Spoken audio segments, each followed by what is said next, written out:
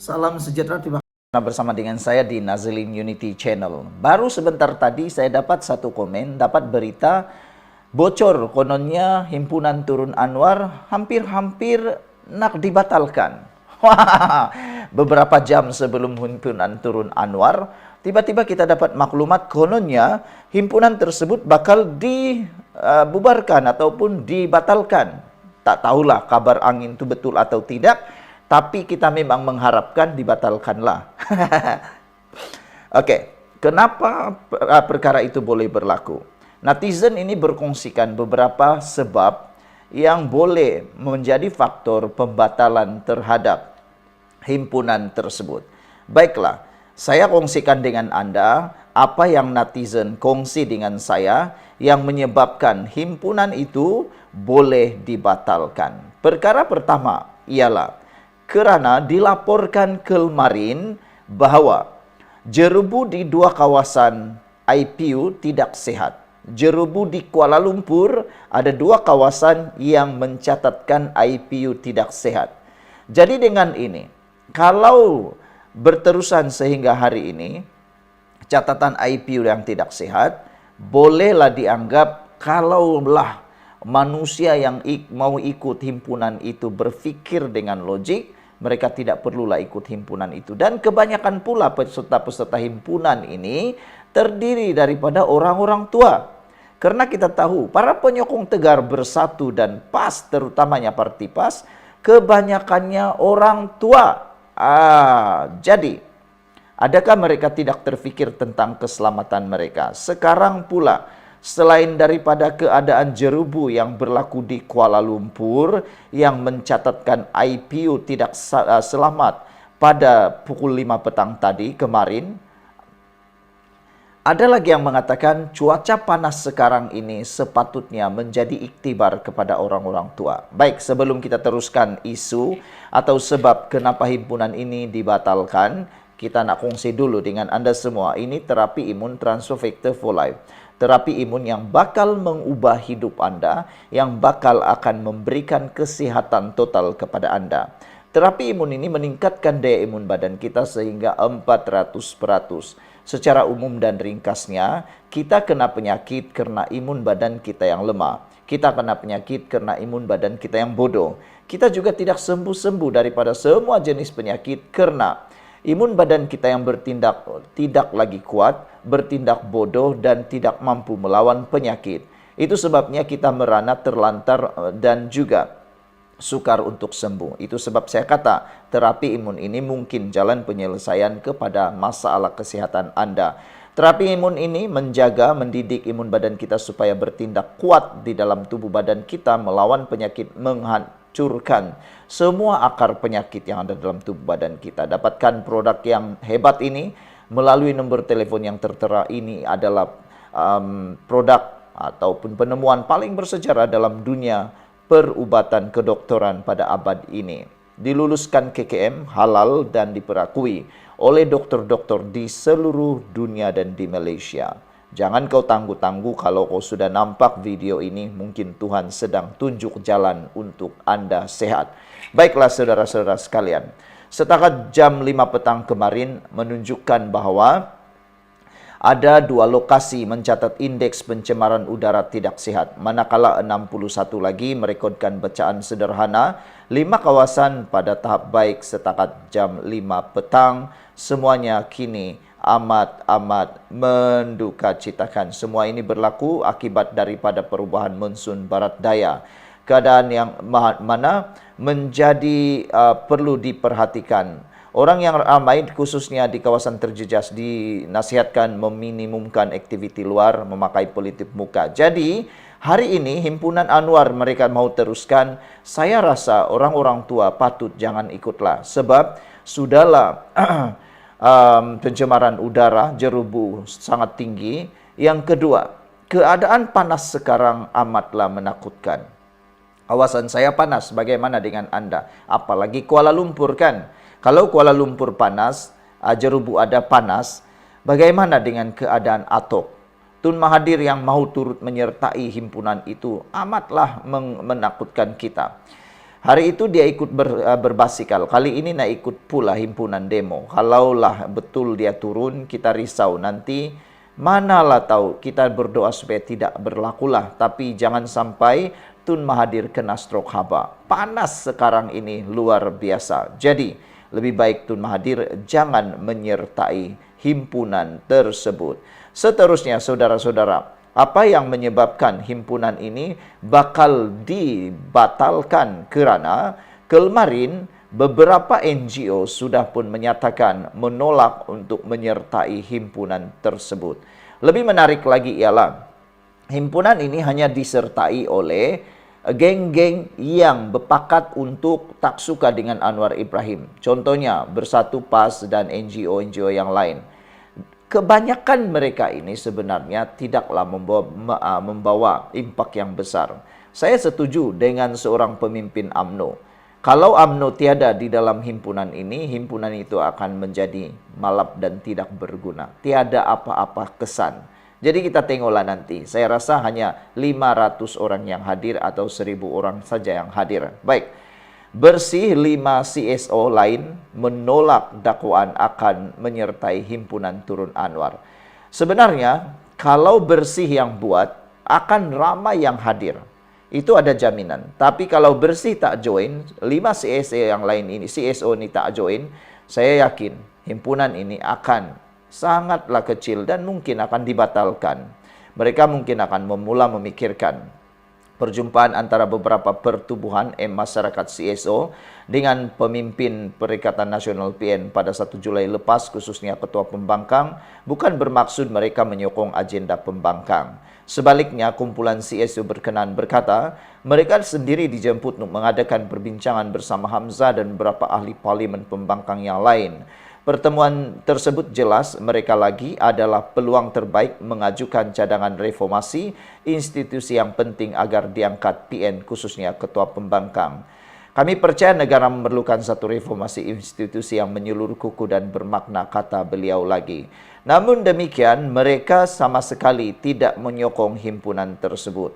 Mereka menolak himpunan tersebut dan mereka menolak untuk menyertai himpunan tersebut.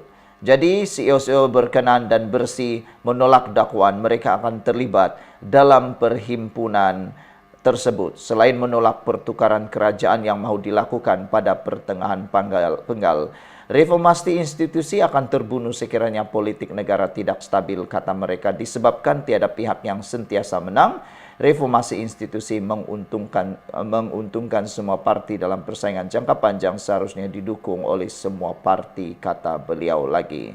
Kumpulan tersebut tidak akan menyertai. Jadi, adakah dibatalkan? Kita tunggulah. Sekian dulu untuk kali ini. Jangan lupa tinggalkan komen Anda. Bye-bye. Salam sejahtera. Terima kasih karena bersama dengan saya di Nazlin Unity Channel. Yang ini berita paling terkini berkait dengan cucu Mahathir Mohamad. Beberapa jam sebelum himpunan Turun Anwar, akhirnya musibah melanda keluarga Tun Mahathir. Apa yang berlaku? Cucu Tun Mahathir rugi 1,8 juta ringgit apabila kediaman dipecah masuk. Wow. Yang paling menarik sekali ialah apakah yang hilang sehingga mencecah 1,8 juta ringgit ini. Berita ini melaporkan bahwa yang hilang itu antaranya ialah barangan kemas. Tentang kehilangan 1,8 juta barangan kemas ini mendapat perhatian daripada kita semua. Kenapa? Ikuti terus ulasan ini sebab Anda akan terkejut. Apa yang kita nampak, yang orang tak nampak. Sebelum itu saya nak kongsi dulu dengan Anda semua. Ini terapi imun Transfer Factor for Life, terapi imun yang meningkatkan daya imun badan kita sehingga 400%. Secara umum dan ringkasnya, kita kena penyakit, kita tak sembuh daripada penyakit, kita mudah kena penyakit dan kita merana kena penyakit karena imun badan kita yang lemah, imun badan kita yang bodoh, imun badan kita yang tidak lagi melawan penyakit. Tetapi apabila imun badan kita dididik, diajar menjadi kuat dan bijaksana di dalam tubuh badan kita, imun badan kita itu akan bertindak seperti askar dan doktor yang menjaga tubuh badan kita dan merawat tubuh badan kita daripada dalam. dengan peningkatan daya imun badan kita, kita jadi sembuh daripada sebarang jenis penyakit, penyakit kecil sampailah penyakit paling besar yang pernah Anda dengar. Dapatkan produk yang hebat ini, penemuan saintis paling bersejarah pada dunia kedokteran pada abad ini. Produk ini lulus KKM dan diperakui halal, juga diperakui oleh semua doktor-doktor di seluruh dunia dan juga di Malaysia. Saudara, kalau Anda sudah melihat video ini dan Anda coba-coba skip, mungkin Anda sedang menolak jalan keluar bagi masalah kesehatan Anda yang Tuhan tunjuk kepada Anda pagi ini. Jangan tangguh, jangan ambil mudah. Jangan tangguh karena apabila Anda bertangguh, makin hari Anda makin merana. Baiklah, saudara masih ingat kes Syed Saddiq Syed Abdurrahman. Kes itu kehilangan uang di rumah Syed Saddiq. Apa yang berlaku seterusnya bukannya memberikan kesejahteraan kepada Syed Saddiq, tetapi telah menyebabkan Syed Saddiq Syed Abdurrahman hampir-hampir dipenjarakan. Gara-gara kehilangan uang di dalam rumah Syed Saddiq itu, beliau telah dijatuhi hukuman penjara dan sebatan. Nasib baiklah, baru-baru ini beliau telah dilepaskan daripada hukuman tersebut. Sekarang, menjadi tanda tanya ialah, adakah kes ini juga akan berulang kepada cucu Tun Mahathir? Kenapa? Sebab uang ataupun nilai 1,8 juta yang hilang ini cukuplah mengejutkan ramai manusia. Yang menjadi tanda tanya lagi ialah, apa sebenarnya pekerjaan cucu kepada Tun Mahathir ini? Kenapa dia mempunyai uang yang cukup banyak seperti ini? Yang inilah yang mungkin akan membuka rapekung banyak masalah lagi. Polis mengesahkan sebuah kediaman milik cucu kepada bekas Perdana Menteri Tun Mahathir di Bukit Ledang, Damansara dekat sini dipecah masuk Kelmarin. Pemangku Ketua Polis Kuala Lumpur, Datuk Mohamed Yusuf Jan berkata, kerugian akibat kejadian dianggarkan bernilai 1,8 juta, membabitkan kehilangan barang kemas di bilik mangsa. Wah, kan? Barang kemas bernilai 1,8 juta. Anda bayangkan berapa banyakkah uang itu? Berapa banyakkah nilai barang kemas 1,8 juta itu? Patutlah Tun Mahathir menyindir sinis, mengejek dengan tanda pagar pemberian 100 ringgit yang Anwar beri. Rupa-rupanya cucu Mahathir ada barang kemas 1,8 juta. Itulah netizen mula bertanya-tanya, dari mana duit mendapatkan barangan kemas sehingga 1,8 juta? Itu baru barang kemas. Ada lagi kah simpanan lain? Kata netizen. Wow. Bagaimanapun kata polis, setakat ini suspek masih belum dikenal pasti. Siasatan sedang dibuat lanjut dan dikatakan bahwa ada rekaman CCTV dalam kediaman tersebut.